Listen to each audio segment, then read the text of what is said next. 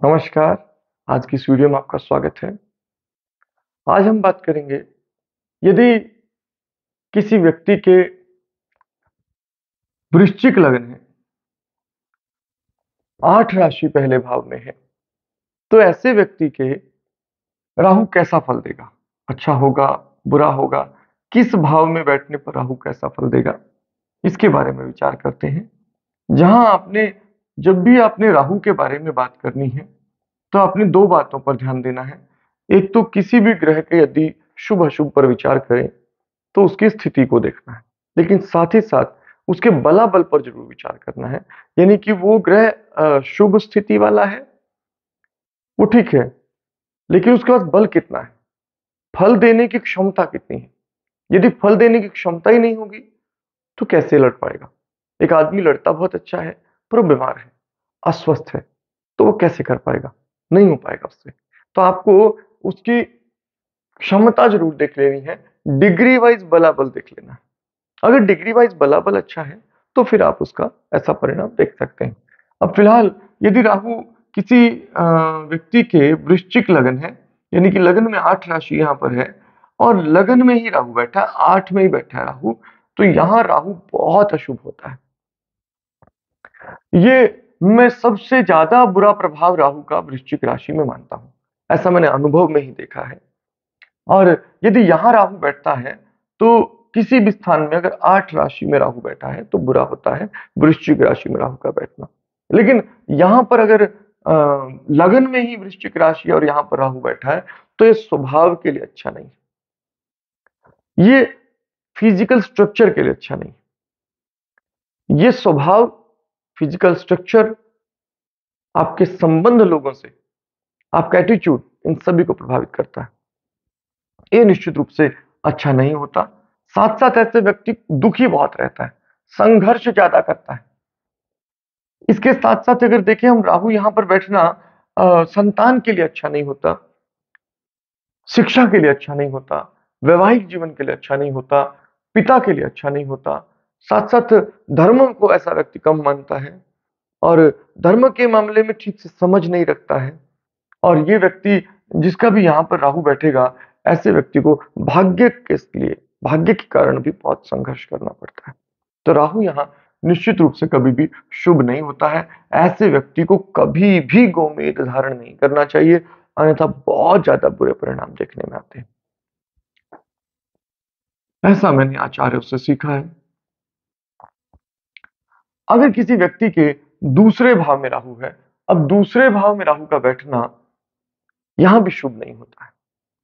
यहाँ बृहस्पति बहुत अच्छी स्थिति में है, तो थोड़ा कम अशुभ होगा, लेकिन यहाँ पर नीच होता है राहु, और राहु यहाँ नीच होकर धन के संबंध में बुरा है, वाणी में थोड़ी कठोरता पैदा करता है, साथ ही साथ वो शत्रुओं की संख्या बढ़ाता है। ऐसे व्यक्ति के शत्रु ज्यादा रहते हैं, ऋण बार बार आता रहता है। ऐसा व्यक्ति ऋण को हैंडल नहीं कर पाता ठीक से। एक बार आदमी ऐसा अपने कर्ज को कम करता है, कर्ज दोबारा से आ जाता है, तो कर्ज बना रहता है ऐसे व्यक्ति पर। आमतौर पर जब दशांतर दशा ऐसे व्यक्ति की आती है, तो ये प्रभाव सभी जो बता रहा हूं मैं, उनको ज्यादा तीव्रता से, ज्यादा प्रभावशाली तरीके से वो दिखाई देते हैं। अगर ऐसे व्यक्ति साथ में देखें कि ऐसे व्यक्ति को संघर्ष ज्यादा होता है, बाधाएं ज्यादा होती हैं और काम कभी भी ठीक से सेटल नहीं हो पाता ऐसे व्यक्ति का। अगर राहु यहाँ पर है तीसरे भाव में, शनि की स्थिति बहुत अच्छी है, तो राहु यहाँ सामान्यतः ठीक प्रभाव देता है। लेकिन अगर शनि खराब हो, तो यहाँ अशुभ प्रभाव दे सकता है राहु। तो राहु यहाँ बैठना, जहां एक तरह से हम कहें कि थोड़ा शुभ होता है सहोदर भाई बहनों के लिए, और मेहनत की दृष्टि से मेहनत बहुत कराता है यहाँ पर राहु। तो ऐसे व्यक्ति को लाभ तो होते हैं, लेकिन बहुत ज्यादा हार्ड वर्क करने के बाद होते हैं। तो यहाँ भी स्थिति बहुत अच्छी शुभ नहीं मानी जा सकती राहु की। राहु यहाँ बैठ जाए और शनि कुंडली में अच्छा हो, तो यहाँ राहु का बैठना बहुत शुभ होता है। माता को थोड़ा रोग आदि फिर भी देखने में आ सकते हैं, जोड़ों के संबंध में कुछ माता को परेशानी हो सकती है, या फिर रक्तचाप, बीपी की समस्या माता को देखने में आ सकती है। किंतु राहु यहाँ बैठना भूमि, वाहन, मकान आदि के लिए बहुत शुभ होता है। राहु का यहाँ बैठना सुख कारक होता है। ऐसे व्यक्ति का मन बहुत एक तरह से प्रबल होता है, विचार बड़े प्रखर होते हैं, ऐसे व्यक्ति की उन्नति बहुत अच्छी होती है। तो यहाँ अगर देखें तो ये शुभ होता है। साथ ही साथ ये ऑब्स्टेकल्स को कम करता है, बाधाएँ ऐसे व्यक्ति को कम आती हैं, अड़चनें कम आती हैं।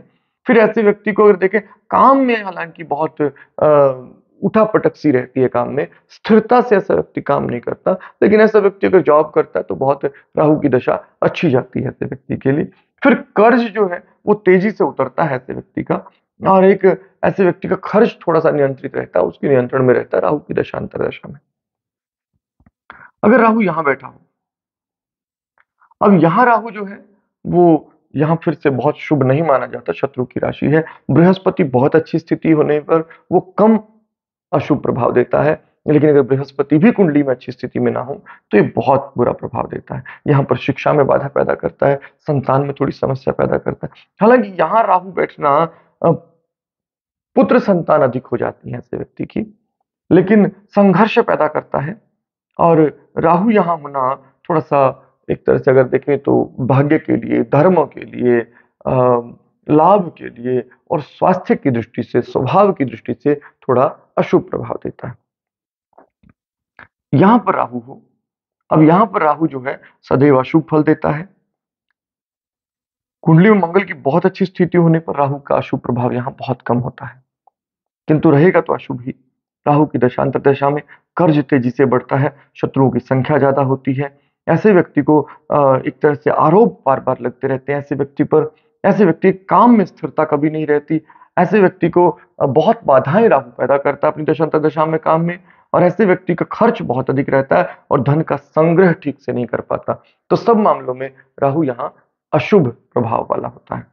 अगर राहु किसी व्यक्ति के यहाँ पर बैठा है सप्तम भाव में और शुक्र की स्थिति बहुत अच्छी हो, तो यहाँ राहु हालाँकि थोड़ा-सा मार्किश होता है, अपनी दशांतर दशा में चोट आदि की संभावना ज़्यादा रहती है। लेकिन यहाँ राहु की दशा आने पर 2-3 चीज़ें अच्छी हो जाती हैं, तो वैवाहिक जीवन के लिए थोड़ा-सा अच्छा हो जाता है, यदि शुक्र भी अच्छी स्थिति में हो तो। फिर राहु यहाँ बैठना आप समझिए कि लाभ के लिए बहुत अच्छा होता है, भाई-बहनों के संबंध के लिए बहुत अच्छा होता है, हार्ड वर्क को कम कराता है और लाभ जल्दी देता है। तो ये राहु यहाँ शुभ हो सकता है अगर शुक्र अच्छी स्थिति में हो तो। लेकिन स्वास्थ्य के लिए राहु अच्छा नहीं माना जाता। यहाँ पर राहु बैठना स्वास्थ्य के लिए अच्छा नहीं है।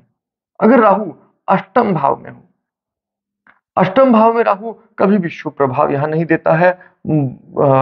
यहाँ पर राहु का बैठना जहाँ बहुत ज़्यादा बाधाएँ पैदा करता है, दशांतर दशा जब भी इस ग्रह की आएगी, बहुत बाधाएँ जीवन में आएँगी। बाधाओं के साथ-साथ ऐसे व्यक्ति को हम देखते हैं कि ऐसे व्यक्ति को हर बार काम में संघर्ष ज़्यादा करना पड़ता है। फिर देखें तो उसका खर्च बहुत ज़्यादा रहता है।